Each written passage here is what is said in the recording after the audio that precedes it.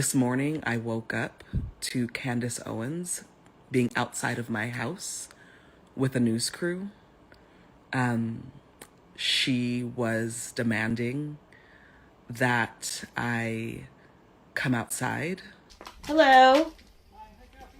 I was just looking to speak to whoever is at this property because it's listed as the Black Lives Matter property. Sir? Hello?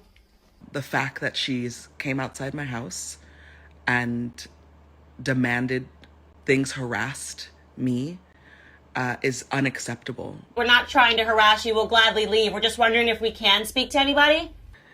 Y'all, I really need my family to be safe. I need to be safe. I need my child to be safe. And this, what happened this morning is not safety. Thank you, sir. Have a great day. So that was Candace Owens pulling up to the home of Patrisse Cullors, the co-founder of Black Lives Matter, and it appears that she wanted to ask some questions about the group's expenses. Recently, among those expenses has been mansions that the organization's been getting a lot of criticism for. So what's the deal with these mansions? Well, the one Candace Owens showed up to was a $1.4 million home, and it's just one of the few that were purchased.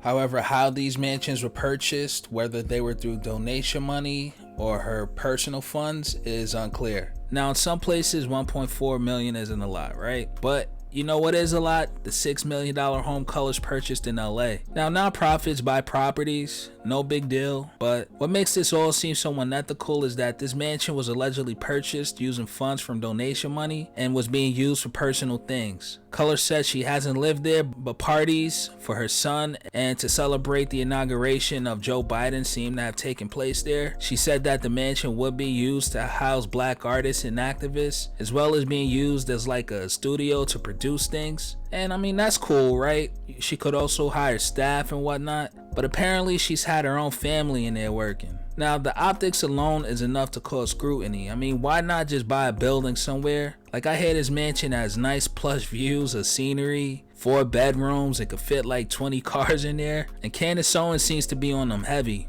I think I've kind of made myself a staunch adversary of the Black Lives Matter movement. It is the antithesis of everything that I believe in as an American, first and foremost. And no, yeah, they're operating under the guise of something that's common sense. Black Lives Matter, and they're doing nothing to prove or to show that Black lives matter to them because they don't care about Black lives.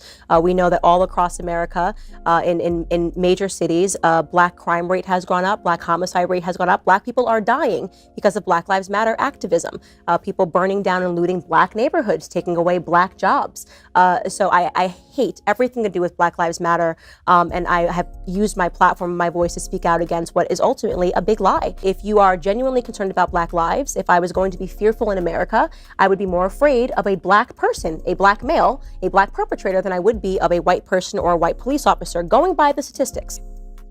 Now, here's the thing. I'm not a fan of Candace Owens. To me, she's like many on the left who focuses on one side of the issue and frames things in a way that appeals to her fan base. I'm a firm believer that the truth and solutions are somewhere in the middle. But I'm not a fan of Black Lives Matter either because to me, they come off as opportunists that seem to focus on particular issues that aren't really the main issues that affect the Black community the most. Now, in fairness, I'm sure mainstream media hypes things up and plays a part in the perception, but their actions and tactics seem to not have a long-term benefit for the Black community. And for a movement that gained steam from Black men being shot, it seemed to shift more into a feminist thing. I think in their about section it says her story instead of history, and I'm not saying that other issues they focus on aren't important, but it just seems a little troublesome to put the issues of Black men in the background, but I'm sure most of the money the organization makes come from the high profile cases of Black men being shot. Anyways, that's it for now. If you can, please hit the like and subscribe button.